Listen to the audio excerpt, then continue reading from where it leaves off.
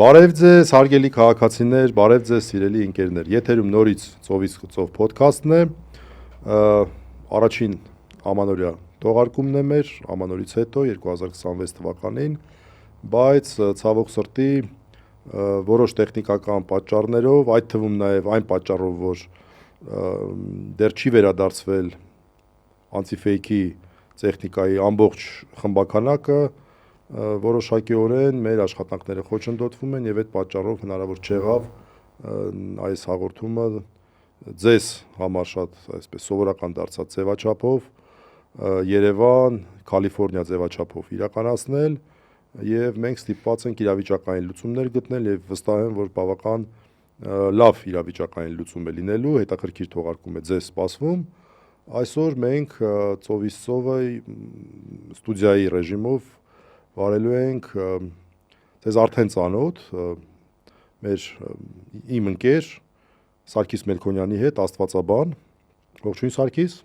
Ողջույն։ Ինչ որ առումով ծովից ծովի ձևաչափը պահպանվում է, որտեղ Սարգիսը Գերմանիայի Ֆրիդրիխ Ալեքսանդր համալսարանի, դες հիշեցի, Ֆրիդրիխ Ալեքսանդր համալսարանի դոկտորանտ է եւ վերջի շրջանում հիմնականում Գերմանիայում ուսումնառության նպատակներով Գերմանիայում է գտնվում եւ մենք այսօր զրուցելու ենք ոչ թե էլի ձեզ սովորական այսպես ռեժիմով վերջի մեկ շաբաթվա իրադարձություններ եւ այլն, այլ մի քիչ ավելի խորքային երևի հարցերով փորձելով իմաստավորել վերջի ամիսներին ամենագլխավոր հայկական իրականության մեջ թեման Նիկոլ Փաշինյանի հարձակումի եկեղեցու նկատմամբ, փորձելով որոշ հարցերում խորանալ եւ ավելի լավ պատկերացում կազմել այս process-ների մասին։ Եվ միանգամից երևի թե անցնենք զրույցին եւ ամենաառաջի հարցը, որ ինձ հետաքրքրում է հենց աստվածաբանից ու կարող ենք դրա մասին խոսալ, դա այն է, որ երբ որ նայում ես իրենց տեքստերին, որով իրանք փորձում են գոնե բարոյական ինչ-որ հիմնավորում գտնել եկեղեցու նկատմամբ իրենց արդեն այդ տերմինը, այդ բառը ավելորդ չի եւ չափազանցություն չի, հալածանքի համար, դա այն է, որ բալավա որ դուք զբաղվում եք քաղաքականությամբ, եկեղեցի, դե որ տենց է, հիմա էլ մենք կզբաղվենք ձեզանով, ասենց պայմանական ասած, էլի։ Սկսենք դրանից, այդ կարմիր գիծը դու ես նկատել Սարգիս իրանց մոտ։ Դե անշուշտ նկատել եմ, երևի թե խնդիրը հասկանալու համար պետք է ինչ-որ հարցադրումներ դնենք, առաջինը նախ ամենաֆունդամենտալ հարցը, երբ որ եկեղեցին մեղադրվում է քաղաքականությամբ զբաղվելու մեջ, պետք է նախ հասկանալ, ինչ ասել է այս համատեքստում քաղաքականություն։ Իսկն ինչ նկատի ունեն քաղաքականություն եւ իրականում ինչի մեջ են մեղադրում եկեղեցուն։ Եվ այս հարցը, եթե դիտարկելու լինենք այս տեսանկյունից, կարող ենք բաժանել երկու մեծ մասերի։ Առաջին մասը ավելի բարոյագիտության ոլորտում է եւ մասնավորապես ավելի մասնավոր իմաստով արդարության հարց է եւ երկրորդ մասը ավելի մասնագիտական աստվածաբանական կամ քաղաքագիտական քննարկման առարկա է։ Այսինքն ինչքանով է արդար, որ այդպիսի մեղադրանք են ներկայացնում առաջի, հա։ Ինչքանով է արդար, որ տես բանի մեջ են մեղադրում, այդ նկատի ունես։ Նաեւ, այո, նաեւ։ Եվ այս համատեքստում պետք է հասկանանք ինչ է քաղաքականությունը երևի թե, հա։ Եվ երբ է եկեղեցին զբաղվում քաղաքականությամբ։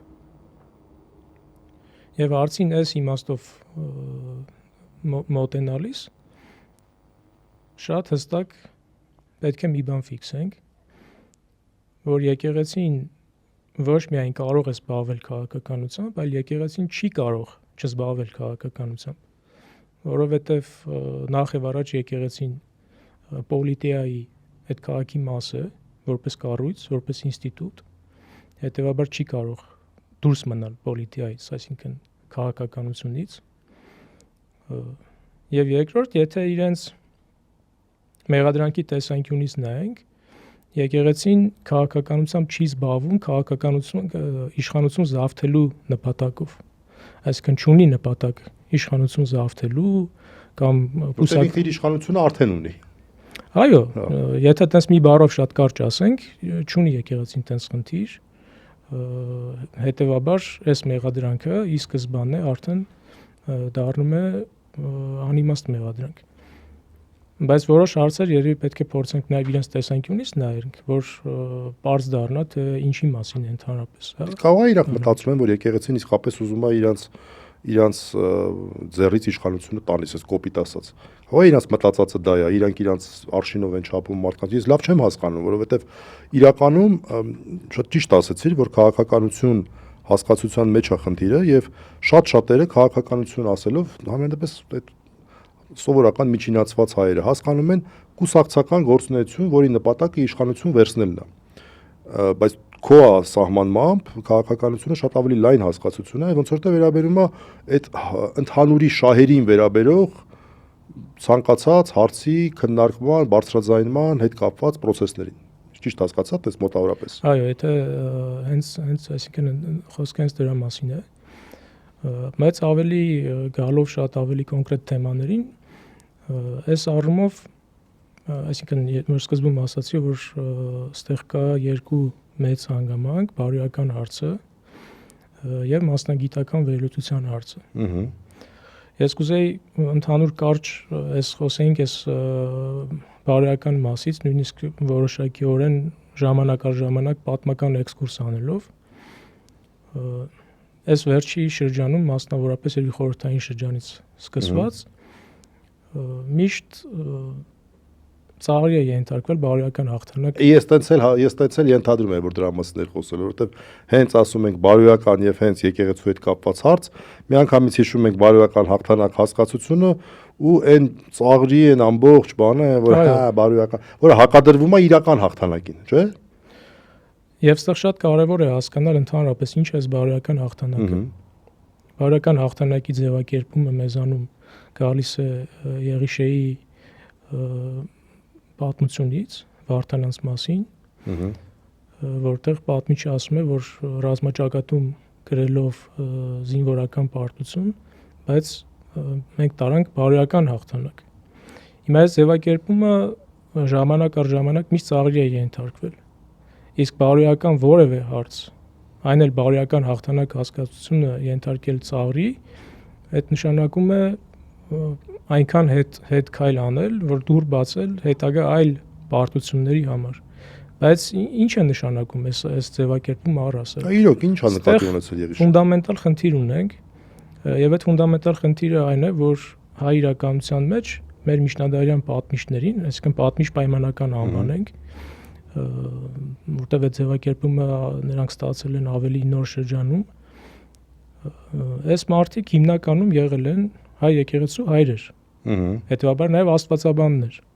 Հետևաբար նրանց աշխատությունները նախ եւ առաջ աստվածաբանական աշխատություններ են։ Եթե աստվածաբանական աշխատություններ են, ուրեմն քննարկելի են եւ մեկնաբանելի են աստվածաբանական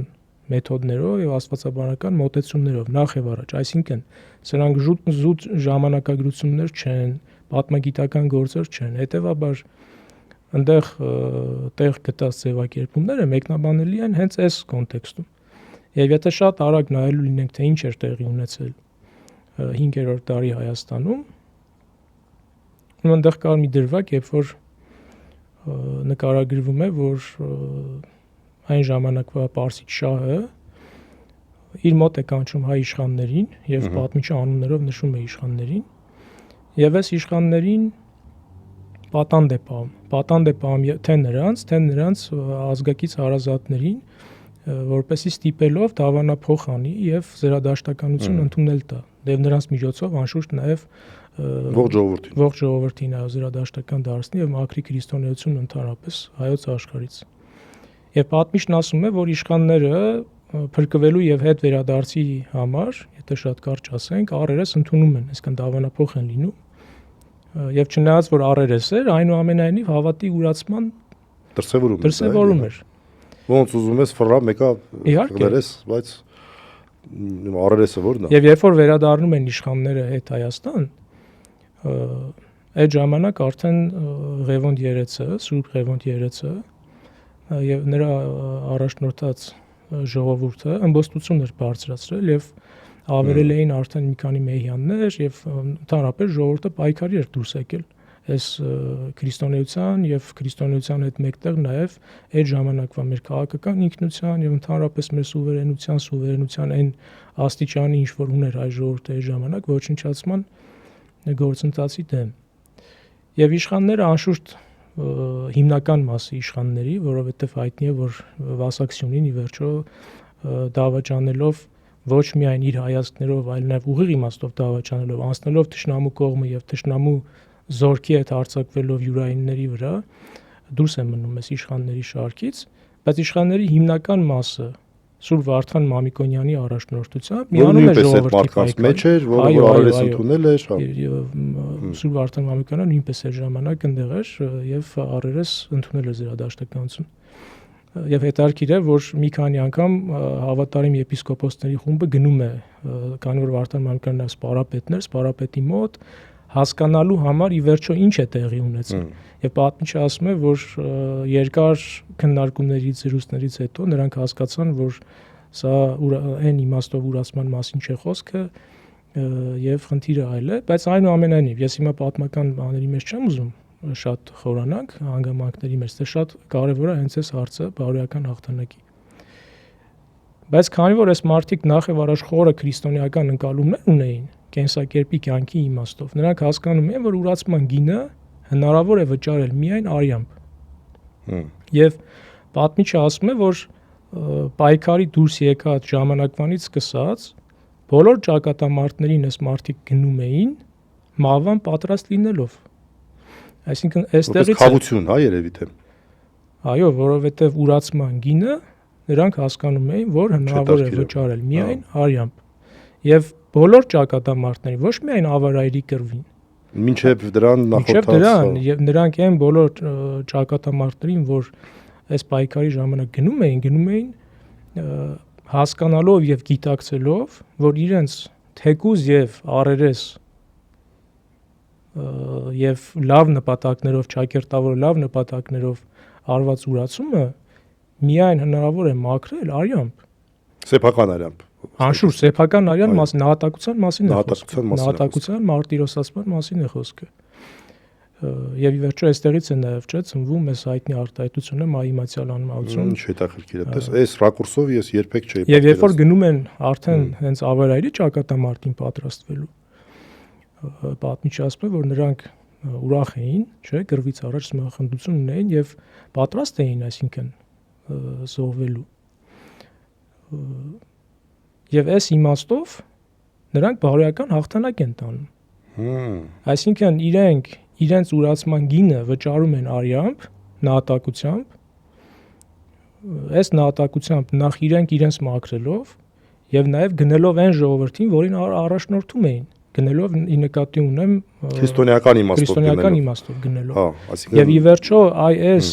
նահատակությամբ ձեռք բերված բարոյական հաղթանակներ նաեւ պատճառը, որ մի քանի տասնամյակ անց Նվարսակի պայմանագրով պահպանվեց հայ ժողովրդի ինքնակալության կամ սուվերենության, ինքնավարության այն մակարդակը, որի համար պայքարում էին եւ իրավունք շահեցին իրենց դավանանքը ազատորեն դավանելու։ Իսկ հաստատի նաեւ տարան հողի վրա հաղթանակ։ Այսինքն այն ինչ որ սովետական շրջանից եւ մինչեւ հիմա այդ բարոյական հաղթանակը ծաղրվում էր ու հակադրվում էր իրական հաղթանակին, այսինքն բարոյական հաղթանակը դիտվում էր որպես պարտության հոմանիշ, դա այդպես չի եղել։ Այո, դա առաջինը այդ ձևակերպումը եղել է զուտ քրիստոնեական տրամաբանությամբ ներքո եւ այսինքն սեփական արյան, սեփական նահատակությամբ իրենց կատարած ծանրագույն մեղքը կավելու առումով եւ երկրորդն էլ դա հաղթանակ ա եղել այնքանով, որքանով հիմք ա ստեղծել հետագա գետնի վրա հաղթանակի համար։ Այո, սա շատ կարևոր դիտարկում է ընդհանրապես, թե ինչ է ես պատմիչի Եղիշե պատմիչի ասված բարոյական հաղթանակ հասկացությունը։ Եվ եթե այս ամեն ինչ աղճատում ենք բարոյական հաղթանակը եւ հաղթանակի բարոյական հիմքը, դրան նախ դրանից հետո հնարավոր չէ հողի վրա հաղթանակ տանել։ Եվ երկրորդը դրան հաջորդում է անբարոյականության ընթացքը։ Անբարոյականության հաղթարշավը։ Հաղթարշավը այդ։ Հիմա այս ամեն ինչը ես ճիշտ հասկացա, որ քաղաքականությամբ զբաղվելու դեպս գալով մեր օրեր։ Հա։ Սա որպես այսպես ասված անոնս։ Գալով մեր օրեր։ Ուրեմն եթե կարճ հայացք ենք նետում վերջին ամիսներին, այս մասին նույնպես շատ է խոսացվել։ Առաջին բանը, որից հետո շեշտված ագրեսիվությամբ հալածանք սկսվեց եկեղեցու նկատմամբ, մասնավորապես թիրախավորելով հայ եկեղեցու գահակալին, Վեհապար Այրապետին, սկսվեց ամիսներ առաջ Շվեյցարիայում արցախցիների իրավունքներին, այսինքն ընդհանրապես Արցախի եւ արցախցիների առանձին վերցված իրավունքների համար կազմակերպված մեր միջազգային գիտաժողով եւ ընդհանրապես ավելի լայն ֆորմատ էր, միայն գիտաժողով չէր, ավելի լայն ֆորմատ էր, որտեղ նաեւ ելույթ ունեցավ Վեհապարը եւ ասեմ շատ հաջողված, ընդհանրապես շատ հաջողված միջոցառում էր։ Սրան հաջորդեց հայտնի Ադրբեջանի Շեյխուլ Իսլամի հայտարարությունները, որից անմիջապես հետո Փաշազադեի Շեյխուլ Իսլամ Փաշազադեի հայտարարությունները, որից անմիջապես հետո սկսվեց նաև Հայաստանի իշխանությունների այդ հայտնի արշավը եկեղեցու դեմ։ Հիմա սա որպես գործողություն, այսինքն Վեհապար Հայրապետը լինելով Արցախի 150,000 հայերի Արցախի վերջո եկեղեցու թեմ է, եւ այս մարդիկ էլ այդ թեմի հավատավոր անդամներն են, լինելով նրանց հոգևոր առաջնորդը, միջազգային ատյաններում բարձրացրեց այս մարդկանց իրավունքները պաշտպանելու հարցը։ Հիմա սա քաղաքականություն է, թե չէ այս կոնտեքստում։ Այսինքն սա նպատակ ունի Նիկոլ Փաշինյանին եւ իր այդ հետի մարդկանց իշխանությունից զրկել։ Այսինքն սա ուղիղ ուղիղ քաղաքականություն է, այո։ Այո, սա միջազգային քաղաքականություն է առավել եւս, բայց ըստ էության որևէ կապ չունի իշխանության ձգտելու կուսակցական պայքարի կամ այն համալիրին, ինչին ընդունված է կամ ինչին իրենք ասում են քաղաքականություն։ Ի վերջո կան թե պատմական դեպքեր եւ թե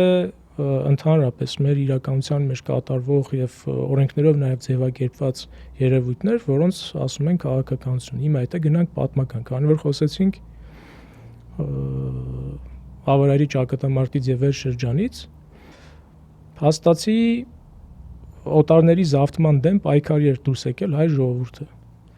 Եվ երբ որ Սուրբ Ղևոնդ երեցը, որ հոգեվորական էր, առաջնորդում էր ժողովրդին դեպի ազատագրական պայքարի։ Հիմա սա քաղաքականություն է, թե չէ։ Արդարացված էր նրա այդ գործողությունը անելը, թե չէ։ Գործողությունը ուղիղ իմաստով քաղաքականություն էր, որը կարծում եմ արդարացված էր, քանի որ այսօրվա բառապաշարով մեր ժողովրդի իրավունքների համար պայքար էր։ Հիմա եթե գան 20-րդ դար, որպեսզի այնպես չլինի, թե միայն արի մի մոռացի 20-րդ դարը, բայց այս շատ վերջերս, երևի օրեր առաջ լույս էր տեսել 10, կարծեմ 7-18-րդ դարին հայ եկեղեցու ազատագրական պայքարի մասնակցության հետ կապված, չէ՞, մի շատ կարևոր ուսումնասիրություն։ Այսինքն մենակ ընդհանրապես հայ եկեղեցին եւ հայ ազատագրական պայքարը դա մի քանի հատորի առնվազն մի քանի հատորի նյութ է, բայց ես չեմ ուզում թեման քննարկենք միայն ազատագրական պայքարի կոնտեքստում, որովհետեւ կան նաեւ սիստեմատիկ հարցեր, որոնք ուղղակի եկեղեցի պետություն փոխհարաբերություններին են վերաբերվում եւ ընդհանրապես եկեղեցի եւ աշխարհիկ կյանք կամ աշխարհիկ իրականություն հարաբերություններին են վերաբերում, հա, որպեսզի դուրս չգա միայն այս ազատագրական պայքարի մանն ենք խոսում։ Ես ուղղակի դրվագներ եմ ուզում օրինակ բերենք, որպեսզի հասկացվի, որ այս քաղաքականությամբ զբաղվելը շատ լայն հասկացություն է։ Եվ այն մեղադրանքը, այսինքն որին որ մենք այս վերջին շրջանում ականատեսենք, մեղմ ասած անարդարացի մեղադրանք է։ Եվ եթե գանք 20-րդ դար, օրինակ մեր վերջի ես ամենայն հանգստությամբ կարող եմ ասել 200 տարվա պատմության մեջ ամենանշանավոր մարդկանցից մեկը Գարեգին arczepiskopos Հովսեփյանը, որ լինելով ցակումով Արցախցի Մայրաթոր Սուրբ Էրմիածնի միաբան, նաև եղավ 1943-1952 թվականին Մեծիտանեն Կիլիկիո կաթողիկոս, լինելով Գարեգին առաջի Հովսեփյան հայրապետը։ Ուրեմն 1920 թվականին, երբ որ առաջին հանրապետության տարիներին հայտնի դեպքեր է Կարսի անկման, որ դավաճանությամբ, այսինքն Կարսը հանձնվեց փաստացիորեն թշնամուն, Գարեգին Հովսեփյանը, ով նաև Սարդարապատի հերոս էր, Սարդարապատի 5-րդ գումարտակի մահապարտների գումարտակի, որ հիմնականում Արցախցի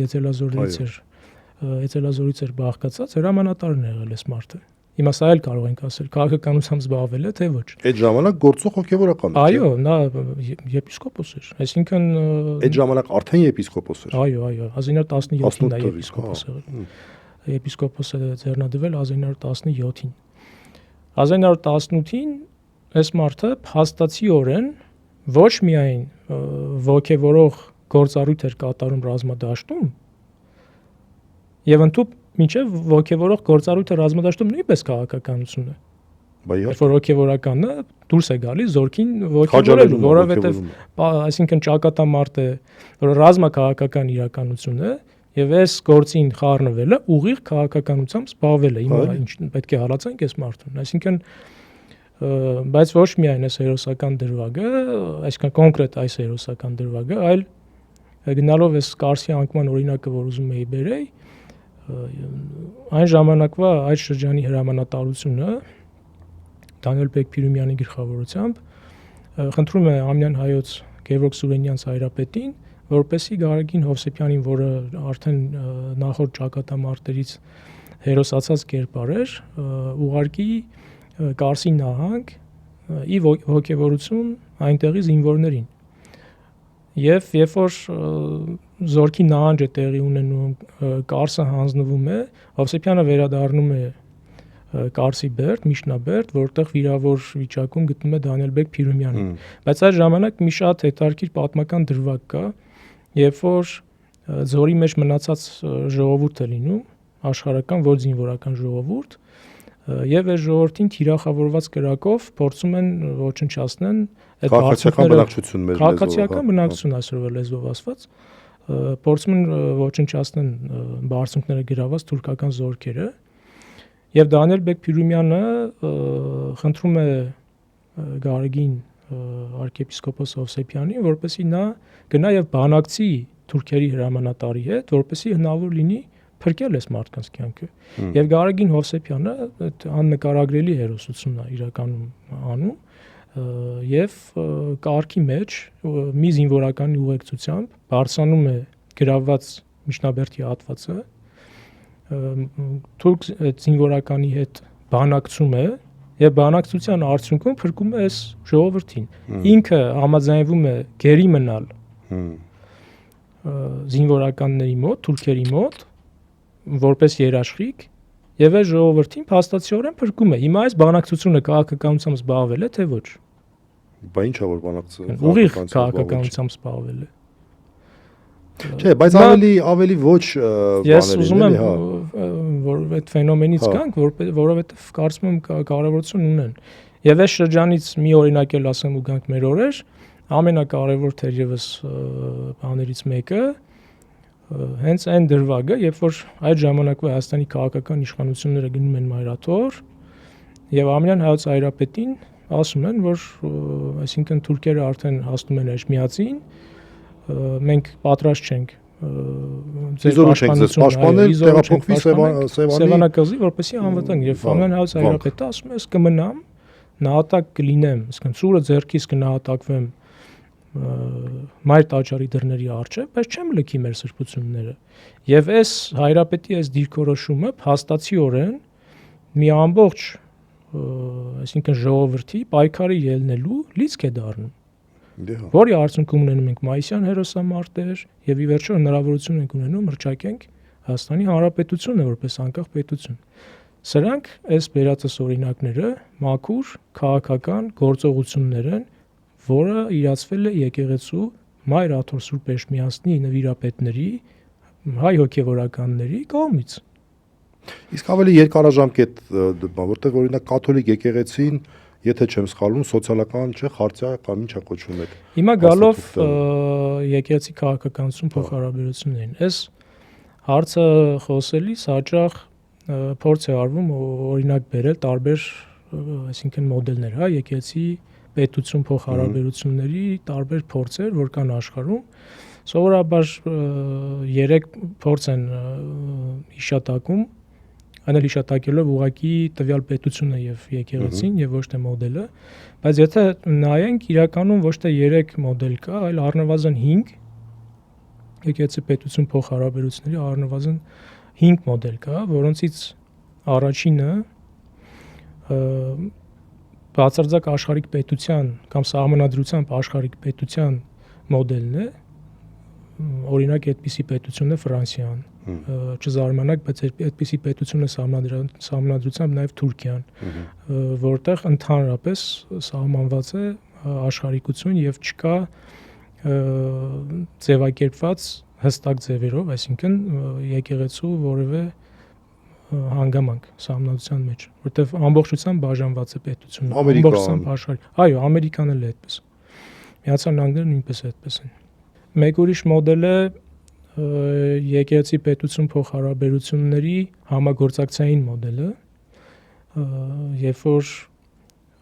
պետությունը իր կառուցվածքով անշուշտ սահմանադրությամբ եւ այլնով աշխարհիկ է, գոյություն ունի կրոնի դավանանքի հավատի ազատություն, բայց որոշակիորեն սահմանված են նաև տվյալ պետության տարածքի եկեղեցու գործառույթները եւ պետությունն ու եկեղեցին միասին ստեղծել են մի մոդել, որով համագործակցում են միասին։ Այսպիսի մոդելը հիմնականում պայմանագրային է, այսինքն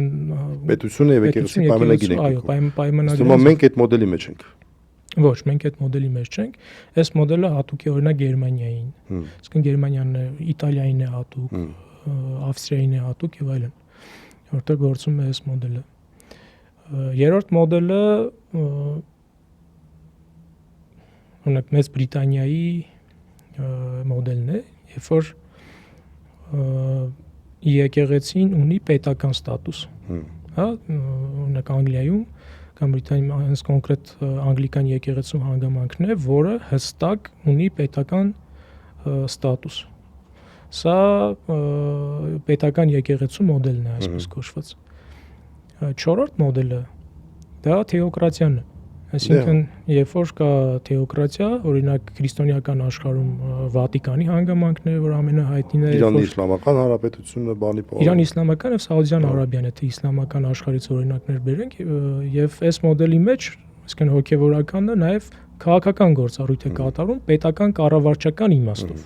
հա, այսինքն պետական կառավարիչ է նաեւ։ Եվ 5-րդ մոդելը ներողություն, որ կոչվում է խառը մոդել, երբ որ սահմանադրության պետությունը հստակ ձևակերպված աշխարհիկ է, բայց տեղի ավանդական, կրոնական կամ եկեղեցական կառույցը սահմանադրական սահմանադրությամբ ունի որոշակի արտոնյալ վիճակ։ Այսպիսի ձևակերպումներ կան հատկապես հետսովետական շրջանի երկրներում, այդ թվում նաև Հայաստանում։ Հայաստանում, Ռուսաստանում, Վրաստանում։ Թվարկածս այս 5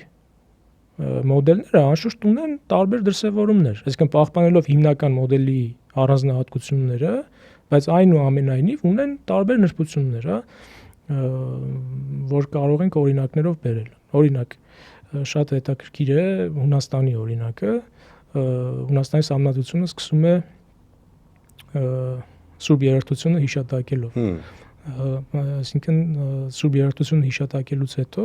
եթե sense բառացի ասենք, սկսում է հետևյալ ձևով հանուն համագոյակից Սուրբ Երրորդության Հոր Որդու եւ Սուրբ Հոգու եւ սկսում է նոր օրենսդրական շարադրանքը։ Սա ուղիղ ցուցիչ, բայց անշուշտ այնտեղ կան նաեւ կրոնի ազատության, այսինքն աշխարհիկության եւ այլնի ձևակերպումները, մյուս դավանանքների ազատության ձևակերպումները, նույնը կա բրիտանական օրենքներում, չնայած որ եկեղեցին այնտեղ պետական ստատուս ունի, այնուամենայնիվ Հունաստանում էլ չէ ունի պետական ստատուս խաղացել։ Պետական ստատուս չի, հենց այս անգլիական իմաստով պետական ստատուս չի Հունաստանում, բայց հույն ուղղափառ եկեղեցին բացառիկ պետական արտոնություններով ձևակերպում ունի։ Եվ այն, որ սկսում է այս երրորդության հիշատակմամբ, դա ուղիղ ցուցիչ է նաև իրենց, այսինքն այդ կրոնամշակութային կոնտեքստի պահպանման։ Հիմա այս 5 մոդելների մասին մեր այս հետաքրքիր զրույց բացատրության իմաստը որն էր քաղաքականության առումով, այսինքն մենք ուզում ենք ինչ ենք տեսնում, ուզում են փոխել այս մոդելները, այսինքն մեզ ուզում են մեկ այլ մոդելի տանել, դա տպավորությունը թե այլ բանի համար ես ասում։ Ես այս օրինակները բերեցի նախ եւ առաջ ցույց տալու համար, թե ինչ ընդհանրապես բազմազանություն, այո, ինչ մոդելներ կան եւ ասելու համար նաեւ, որ որևէ եկեղեցու այսպես կոչված քաղաքականությամբ զբաղվելը ամրագրված է օրենքով։ Եվ պետք է նայենք երկու, այսինքն տեսանկյունից։ Առաջինը օրենքով սահմանված կարգով եկեղեցին ինչ իրավունքներ ունի եւ ինչ պարտավորություններ ունի։ Դեպս հատուկ նայեցի ոչ եվրոպական կոնվենցիան, ոչ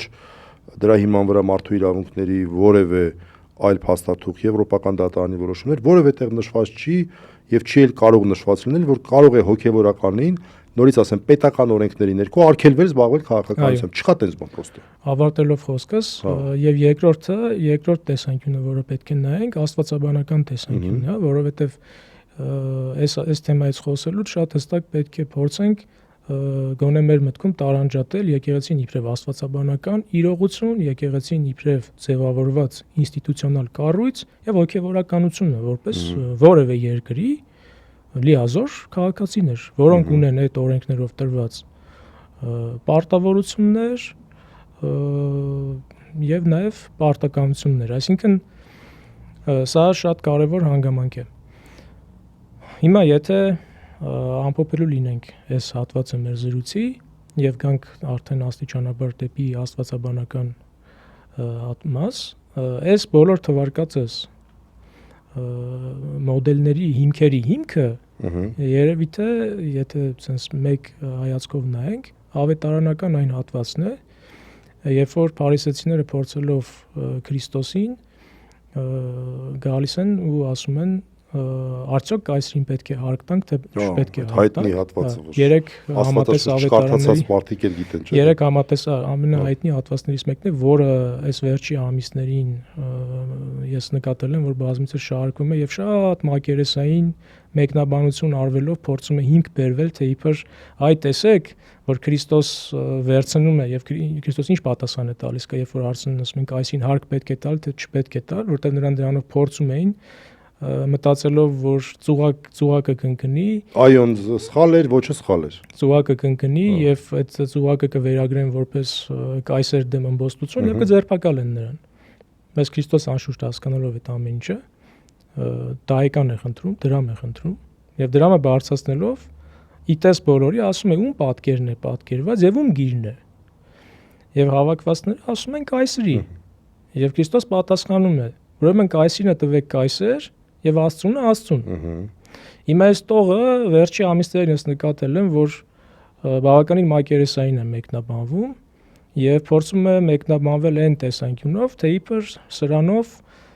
եկեղեցին իրավունք չունի զբաղվել քաղաքական որևէ բանով։ Եվ պիտի, չգիտեմ ինչով զբաղվել։ Աստվածաբանական հիմքն է։ Այսինքն առնվազն քարոզում են, որ պետք է չեզոք լինի։ Իսկ եկեղեցուն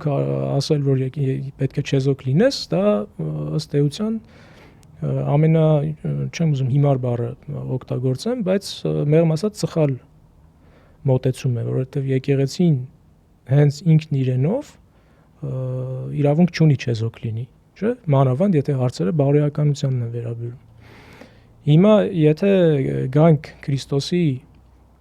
այս արտահայտությանը, երբ որ դրամը բարձրացնում է եւ ասում է ում պատկերն է, ասում են կայսրին, եւ ասում է կայսերը ուրեմն տվեք կայսրին եւ Աստծուն Աստծուն, լավ, հասկանում ենք, որ դրամի վրա կայսեր պատկերն է, դրա համար է այդպես ասում։ Այդ դեպքում, երբ որ ասում է Աստծունը տվեք Աստծուն, բա որն է Աստծունը։ Որտեղ է Աստծո պատկերը։ Այս դրվագի, այո, այս դրվագի մեջ հարց է առաջանում։ Այդ դեպքում ո՞րն է Աստծունը։ Եվ եթե այս տրամաբանության գիծը պահելով գանք, Աստծո պատկերը իր վրա գրում է մարդը։ Հետևաբար Ծննդոց գրքով, հենց առաջի իսկ գրքով։ Այո, մարդուն ստեղծեց իր պատկերով եւ նմանությամբ։ Այո, հետարքիր։ Հետևաբար Աստծունը տվեք Աստծուն ձևակերպման մեջ Քրիստոս խոսում է մարդու մասին, ասելով եւ ամրագրելով, որ մարդը պատկանում է Աստծուն։ Սա նաեւ այս թեման շատ հետարքիր մեկնաբանություններ է անշուշտ ստացել դարերի ընթացքում, բայց եթե գանք նորից մեր համատեքստին, այստեղ ոչ թե բաժանման մասին է խոսքը, որովհետև հիմա քարոզում են, որ դե տեսեք, ինքը բաժանեց եւ այլն, բայց այս ձևակերպումը առաջի դարի համար նույնիսկ մեղմ ասած լուրջ չէ, որովհետև առաջի դարում, երբ որ ընդհանրապես աշխարհիկ հասկացություն որպես այդպեսին չկար միջնադարում։ Ամեն ինչ ուներ այո, հոգևոր բաղադրիչ։ Կենցաղը, կյանքը, ամեն ինչ ներծծված էր հոգևորի հետ կապված հարցերով։ Ամբողջությամբ կրոնական էր եւ այս իմաստով, այսինքն Քրիստոս աշխարհիկություն էր քարոզում։ Դե չէ, ոնց կարել աշխարհիկություն քարոզել։ Եվ սրա ամենակարևոր բաներից մեկը, որ պետք է ֆիքսենք, ոչ թե իշխանությունների բաժանման, այլ հստակ աշխարհիկի, այս իմաստով աշխարհիկի եւ հոգևորի սահմանները ցույց տալու մասին էր խոսքը, մատնանշելով եւ ամրագրելով, որ եթե կայսրին այդ դրամն է, հարկն է, ապա Աստծունը մարդն է եւ մարդը հետ կապված ցանկացած բան հոգևոր իմաստով, մարդը իր կյանքի իմաստով պատկանում է Աստծուն եւ սա մի տեսակ նաեւ մարդու ազատագրման մասին է եւ ցուցիչ է նրա, որտեղ այդ ժամանակ կայսրերը նաև նույնացվում էին Աստծուն, չէ, աստվածների հետ էին նույնացվում։ Եվ նա ցույց է տալիս նաև դրանով, որ կայսրը մարդ է եւ ոչ թե Աստված։ Եվ կայսրին պետք է մոտենալ որպես մարդու եւ ոչ թե Աստծու։ Այս բաժանումը այսինքն ես փորձեմ իմ տեսանկյունից սա մարսել։ Այսինքն խոսքը վերաբերում է նրան, որ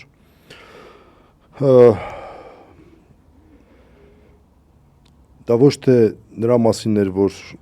թող մեկը մի բանով զբաղվի, մյուսը մեկ այլ բանով զբաղվի, այլ նրանով, որ ցանկացած հարց, որը վերաբերում է մարդուն, վերաբերում է Աստծուն ու հետևաբար եկեղեցին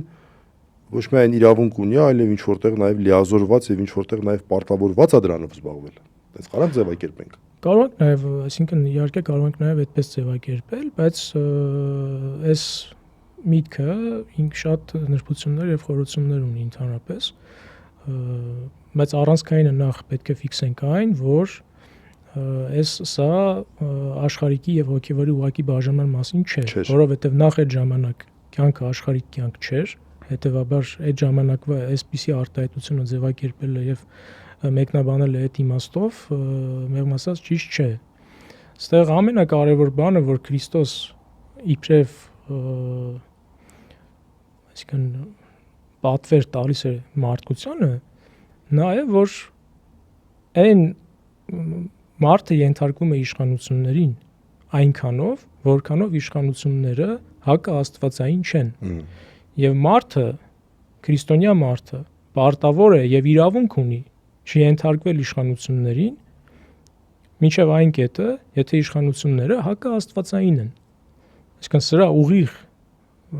մաքուր գրափարով ասած մեսիջը այս հարցադրման մեջ է։ Իսկ վերաբերում է քո մեկնաբանությանը այդ կայսրի եւ Աստծո դրամի։ Սա այն մեկնաբանությունը չի, ֆիքսենք, սա հայրաբանական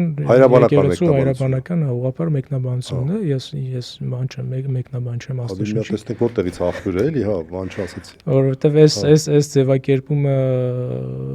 եկեղեցու տարբեր հայրեր մեկնել են, ընդհանուր միջև եկել է ասել է, այսինքն եթե sense գանք, օրինակ ամենահայտնի արդեն աշխատությունները, որ գրվել են այս ձևակերպումների, այս մոտեցումների վրա, Օգոստինոս Երանելու Աստծո քաղաքի մասին գործն է 4-րդ դարի վերջին 5-րդ դարի մեջ, երբ որ նա բաժանում էր հստակ երկու քաղաքների օրինակով, երկնային եւ երկրային իշխանությունները կամ քաղաքների օրինակով, հավերժական իշխանությունը եւ ժամանակավոր իշխանությունը։ Եվ այս իմաստով նաեւ մարդը որպես Աստծո պատկերը գրող հավերժական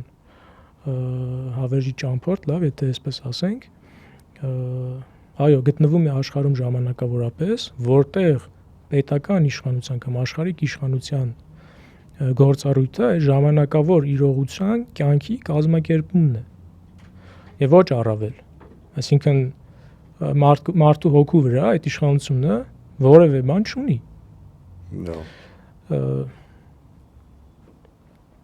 Բարձր։ Գալով կարճ ամփոփելով արդեն ամփոփմանը այս որտեղ մենք այս սրա մասին որ խոսենք շատ երկար կարող ենք խոսել ու մենք նաև մի քանի անգամ երկար խոսել ենք այն ամենատեսպես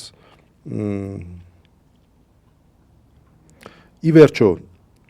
այս կարմիր գիծը որ անցնում է որ եկեղեցին չպետք է զբաղվի քաղաքականությամբ եւ այլն դա ինչ որ մի մոդելում հնարավոր է թե հնարավոր չի գալով այդ հարցին ուրեմն եկեղեցին քաղաքականությամբ պետք է եւ զբաղվում է ընդհանրապես այնքանով որքանով որ չի աղճատվում եկեղեցու կառուցվածքը առհասարակ այսինքն դա եթե նայենք թեկուս այսինքն թե գործնական իմաստով թե կարող է լինել հայտարարությունների իմաստով որովհետեւ ես քանի որ խոսքի սկզբում նշեցի այստեղ կա նաեւ անարդարության հանգամանք ինչն է այս անարդարությունը այս վերջին 30 տարիների ընթացքում եթե նայելու լինենք բազմիցս մեղադրվում է հայ եկեղեցու քաղաքալը Ամենայն հայրապետը որ չի արձագանքել Հայաստանում կատարվող իրողություններին հա եւ այն մեղադրողները եւ այս պարագայում պետք է ասենք ձեր տրամաբանությունից իրենց տրամաբանությունից ելնելով օրինակ այս մոտեցումը եթե քաղաքականությամբ զբաղվել չէր լինելու էր քաղաքականությամբ զբաղվել չէ հա էլի հետեւաբար ստե արդեն ընտրողական մոտեցման եւ անարդար վերաբերմունքի բայց եւ այնպես արձագանքել թե չի արձագանքել ես հիմա գալիս եմ դրան Ամենայն հայոց հայրապետը անընդհատ եւ միշտ անդրադարձել է Հայաստանում կատարվող բոլոր իրադարձություններին եւ այդ ամեն ինչին անդրադարձել է չխախտելով եկեղեցու հանգամանքը նա դրան անդրադարձել է իր քարոզների ժամանակ հայրապետական պատարակներից հնչեցրած քարոզների ժամանակ հիմնականում այսինքն այն ձևաչափով որ պետք է ընդհանրապես արձագանքի հայ եկեղեցու վիրապետը եւ մեր խնդիրը եւ ընդհանրապես Հայաստանի իմ կարծիքով քաղաքագիտական եւ քաղաքական մտքի խնդիրներից մեկը այն է որ մեր հոգեվորականների բարձրաստիճան հոգեվորականների եւ մասնավորապես ամենայն հայոց հայրապետի ուղերձները եւ քարոզները երբեք քաղաքագիտական ճիշտ եւ գրագետ վերլուծության չեն ենթարկվել որպեսզի պարզ լինի դրանց ենթատեքստերը իսկ 30 տարիների ընթացքում վիապարը այսինքն այս բոլոր քարոզները հրատարակվել են Մարաթոր Սուրբ Էրմիածնի պաշտոնական լրագրում Էրմիածին հանդեսում որը տարեկան 12 համարով եւ +1 13-րդ հավելված համարով հրատարակվող երևի թե միակ հանդեսն է որտեղ հրատարակվում են եւ գիտական հոդվածներ բայց նաեւ հրատարակվում են ամենայն հայրապետի տարվա ընթացքում իջած բոլոր քարոզները եւ եթե մեկը հա շատ կներես մեկ կարճ բան ասեմ վերջին ամանորյա ուղերձը որ էլի կարծում եմ վեհապար հայրապետը իր իշխանության մեջ էր որովհետեւ ճիշտ է քարոզ չէր դա բայց իր գահից էր այդ ելույթը նաեւ ունենում այո գահից էր այդ ելույթը ունենում եւ ես փորձեցի տենց պրոստը մի երկու ձևակերպում փորձել ներկայացնել իմ ընկալումները այդ ձևակերպումների ու բավական մեծ արձագանք ստացա ես հասկացա որ դրա կարիքը կա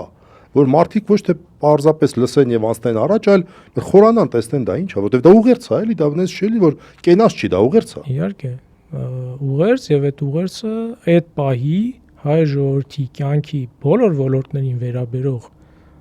նյութ պարունակող ուղերձ է որ անշուշտ ունի ենթատեքստեր եւ այս առումով միշտ եղել է այսինքն իր խոսքում անդրադարձ եթե որևէ մեկը վերցնի վերլուծի դա հստակ կտեսնի չնայած 30 տարիների նյութը շատ առել է մի հոգու գործ չի բայց այնուամենայնիվ եւ այս անարդարությանը վերադառնալով եթե նայենք դեռ 2018 թվականին երբ որ այն տխրահարճակ շարժումը սկսվեց 2018-ին առաջի անգամ հունիսի 6-ին եթե չեմ սխալվում խոսքս նոր Հայաստան նոր հայրապետ շարժման մասին էր ինչին մենք ականատես եղանք որ մի խումբ նախկին հոգեվորականներ առաջնորդում էին ինչ որ բազմություն որը ի դեպ ոչ մեկ չի կարող ասել ինչ պատկանելություն ունեցող բազմություններ։ Որ եկեղեցու դավանորդ է կամ առհասարակ։ Այսինքն սա առաջնորդում էր փողոց եւ փողոցային պայքարով ներ եկեղեցական որևէ հարց իբր թե լուծելու համար։ Սա հենց այն արգելված քաղաքականությունն է, որով եկեղեցին չպիտի զբաղվի։ Որովհետեւ եթե դու հոգեորական ես եւ քեզ տրված է խոսելու ամբիոն, այսպես ասված, այդ ամբիոնը եկեղեցու խորանն է, եկեղեցու ատյանն է։ Եվ ոչ թե փողոցը։ Այս ցանոթ բան ես ասում, այն 10 տիրադավներ այդ տերմինը այդ պետագիր արվում է 10 եպիսկոպոսները, բա իրանք էլ մարդկանց կանչեցին Էշմիածին։ Այո, այդ շատ լավ դիտարկում է եւ այս առումով եթե նայելու լինենք, օրինակ, այսինքն ինչ ֆիքսեցինք նախ կա եկեղեցին քաղաքականությամբ չպետք է զբաղվի արտահայտության ընտրովի մոտեցում։ Մի մասը 30 տարի փաստացի հենց իրենց կողմից մեղադրվում էր եկեղեցուն, որ եկեղեցին ինչի քաղաքականությամբ չի զբաղվում։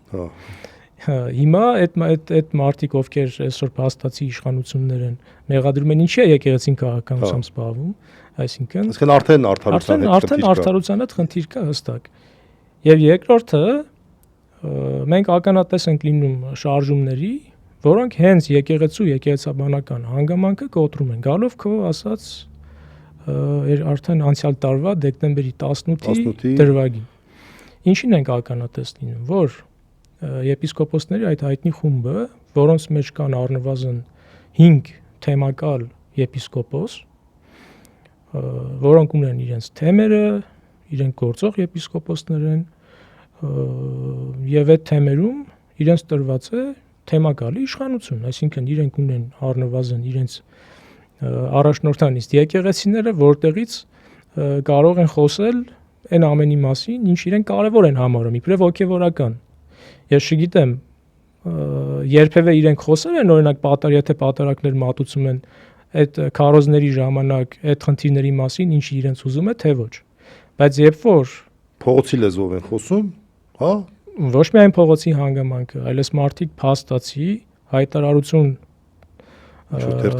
արեցին, այո, մամուլով եւ ոչ միայն, այսինքն լրատվականներով հրավիրելով մարդկանց ցույցի, այսինքն փողոցային ցույցի, մաքուր քաղաքական ակտ, որով եկեղեցին չպիտի զբաղվի։ Սա հենց մաքուր այն քաղաքական ակտն է, որով եկեղեցին չպիտի զբաղվի, որովհետեւ սրանով հենց աղճատվում է եկեղեցու կառույցը որպես այդպեսին։ Իդեպ Եհափար հայրապետը նման հայտարարություն չարեց։ Եթե հիմա նայում ենք հայրապետի դիրքորոշմանը, այս հարցում ես նկատի ունեմ, հայրապետը իր բոլոր առանց բացառության բոլոր հայտարարությունները դրանք կպարունակեն քաղաքական ենթատեքստ, չեն պարունակի քաղաքական ենթատեքստ, կլինեն ազգային կոչ, չեն լինի ազգային կոչ, բացառապես արել է կամ եկեղեցու խորանից, կամ եկեղեցու ատյանից, կամ իր գահից։ Այսինքն երբեք որևէ առիթով չի խախտվել եկեղեցաբանական կառույցը։ Հետևաբար աստվածաբանական իմաստով եկեղեցին չի քաղաքականացվել այն մեղադրանքը ինչում, որ եկեղեցուն տալիս է։ Հիմա գանք արդարության տեսանկյունից եւ ընտրովի մոտեցման մեկ այլ դրվագի։ Եթե հիշում եք, ամիսներ առաջ Հայաստանի վարչապետը այցելել էր Տալին եւ այնտեղ դիմավորեց մերձբալթյան երկրների Բալթյան թեմի առաջնորդ Վազգեն arczepiskopos Միրզախանյանը, ով նաեւ այս 10 տիրադավներից մեկն է, եպիսկոպոսներից մեկն է, եւ օրնեց վարչապետի քաղաքական ընթացքը, ընդհանուր նշելով աշխարհակաղակական կողմնորոշման ուղղության մասին, հա, այսինքն մաքուր քաղաքական ակտ։ Հիմա եթե որևէ հոգևորական, եթե առանձնանանք, սկսենք հոգևորականներին քաղաքականությամբ զբաղվելու մեջ մեղադրանքին անդրադառնալը, այսինքն դուրս է գալիս, եթե որևէ հոգևորական իրենց քաղաքական դիրքորոշումը օրնում է, սա քաղաքականությամբ զբաղվել չէ, բայց եթե որևէ հոգևորական իրենց քաղաքական դիրքորոշումը քննադատում է, սա քաղաքականությամբ զբաղվել։ Հիմա սա երկակի ստանդարտ է, թե ոչ։ Եվ եթե հստակ երկակի ստանդարտ է։ Եվ եթե այս ամեն ինչը ի վերջո, այսինքն օրինակներ անշուշտ կան եւ այս բերված օրինակների հիման վրա կարող ենք նայել ընդհանուր դաշտը եւ համոզվել այդ երկակի ստանդարտներում։ Ես գիտեի երկակի ստանդարտները մենակ մեր ոլորտում են, հենա փաստորեն ստեղ էլ ահագին երկակի ստանդարտներ կան։ Հա։ Այսինքն շատ հետաքրքիր բան կա այս ամենում։ Ես շատ եմ փորձել տարբեր միջեկեղեցական, գիտական հանդիպումների ժամանակ այլ եկեղեցիների ներկայացուցիչներին միշտ այս հարցը տալ։ Ասելով, որ օրինակ Հայաստանում կա մեղադրանք հայոց եկեղեցում, որ հայ եկեղեցին զբաղվում է քաղաքականությամբ եւ չպետք է զբաղվի քաղաքականությամբ։ Եվ ես այս հարցը տվել եմ թե կաթոլիկ եկեղեցու ներկայացուցիչների, թե բողոքական տարբեր ճյուղերի ներկայացուցիչներին, որ ավելի լիբերալ են, հա, այսպես կոչված ազատական են, եւ գրեթե առանց բացառության այս մարդիկ նույնիսկ չէին հասկանում ես ինչ եմ ուզում։ Եվ երբ որ ես բացատրում էի խոսքի ինչի մասին է, ինձ ասում են եկեղեցին ոչ միայն կարող է զբաղվել քաղաքականությամբ, եկեղեցին պետք է զբաղվի քաղաքականությամբ։ Եվ չի կարող չզբաղվել քաղաքականությամբ, այն ինչով դու սկսեցիր Իհարկե, եւ եկեղեցին պետք է զբաղվի քաղաքականությամբ այն իմաստով, ինչ, այսինքն եկեղեցին պետք է զբաղվի քաղաքականությամբ որպես անշուշտ եկեղեցի, ոչ թե որպես կուսակցություն կամ չգիտեմ ինչ-որ կուսակցական միավոր եւ այլն, հա։ Իր հանգամանքի մեջ, իր առանձնահատկությունների մեջ եկեղեցի, որովհետեւ եկեղեցին ի վերջո հանրային կյանքի մեջ բարոյական նորմերի պահպանն է, այսինքն պահպանողն է, ինչ որտեղ նաև երաշխավորն է, որ այդ բարոյական նորմերը ճիշտ ընթացքի մեջ լինեն, հետեւաբար չի կարող չզբաղվել քաղաքականությամբ։ Որը քաղաքական հարց է, ի բնե։ Այո։ Այսօրվա մեր հաղորդումը բավական տենց հետաքրքիր ստացվեց եւ քանի որ համ ինֆորմացիան էր շատ, համ նաև մտածելու տեղ տվող է, վստահ եմ որոշ հատվածներ երկրորդ անգամ եք հետ եք տալու նորից եք նայելու եւ այլն, ես առաջարկում եմ այստեղ ոչ թե ավարտենք, այլ ընդհատենք մեր զրույցը, որտեղ սա ավարտել չի, որտեղ շատ երկար դեռ կարող ենք այս հարցի մասին խոսել, ամեն դեպքում մենք ձևաչափ կգտնենք նորից գուցե այս հարցին կանդրադառնանք, որովհետեւ մեր եկեղեցու մասով իսկապես այս երկակի ստանդարտները ակնհայտ են եւ բնավ չենք կարող ասել, որ այս հալածանքները ավարտվեցին, ոչ շարունակվում են հալածանքները, ինչ ասես կարող է լինել ցանկացած պահի, մեր 4 նվիրապետներ, այդ թվում 3 arczepiskopos-ներ եւ 1 episkopos-ը շարունակում են գտնվել բանտերում շինծու մեղադրանքներով, բանտերում են գտնվում նաև բազմաթիվ այլ քաղաքացիներ, հենց իմ ամբողջ ընթացքում դուք տեսաք Նարեկի եւ Ազգենի նկարը, Անտիֆեյքի հիմնադիր Նարեկ Սամսոնյանի, իմ նեմնիմի հաղորդավար համահիմնադիր Վազգեն Սաղաթելյանի եւ ամենուր երկակի ստանդարտներ են։ Ամենուր երկակի ստանդարտներ են, այստեղ փաստորեն նույնպես։ Երևի թե այսքանով ավարտենք այսօրվա ծովից ծովը, հաջորդ շաբաթ օրը հուսով ենք արդեն տեխնիկական հնարավորություն կունենանք վերադառնալ ձեզ ծանոթ ձևաչափի եւ Աղասի Ենոքյանի հետ մենք մեր հերթական ծովից ծովը կանենք եւ քննարկենք անցնող շաբաթվա կարևորագույն իրադարձությունները, իսկ այսօր այսպես յուրօրինակ ձևաչափ է, շնորհակալ եմ Սարգիսին այս հետաքրքիր զրույցի համար։ Հրավերի համար, ուսամ հետաքրքիր էր եւ որ պակաս կարևոր չի նաեւ օգտակար։ Մտածելու տեղ տվող հաստատ։ Այո։ Որտեվ այս ամեն ինչը որ ասում ես, դա տես դյուրամարս բան չի, էլի։ Կակրած այս օրերը, հենց այս օրերը տենց ոնց է կոչվում, նախատոնական օրեր են։ Նախատոնական։ Մարդիկ հնարավորություն ունեն մի քիչ ավելի երևի քիչ Սոցիալիզм պահքի մեջ ենք։ Հա, ավելի շատ խորհել, մտորել։ Հա, գոնե այդ մասով ամեն դեպքում ազատ ժամանակը գուցե ավելի շատ լինի, մտածելու ավելի շատ ժամանակ կլինի, իսկ մարդը նաև մտածելու համար ստեղծված է հակա էլի երևի։ Երբեմն մոռանում ենք դրա մասին։ Հաջողություն մինչ մյուս կիրակի։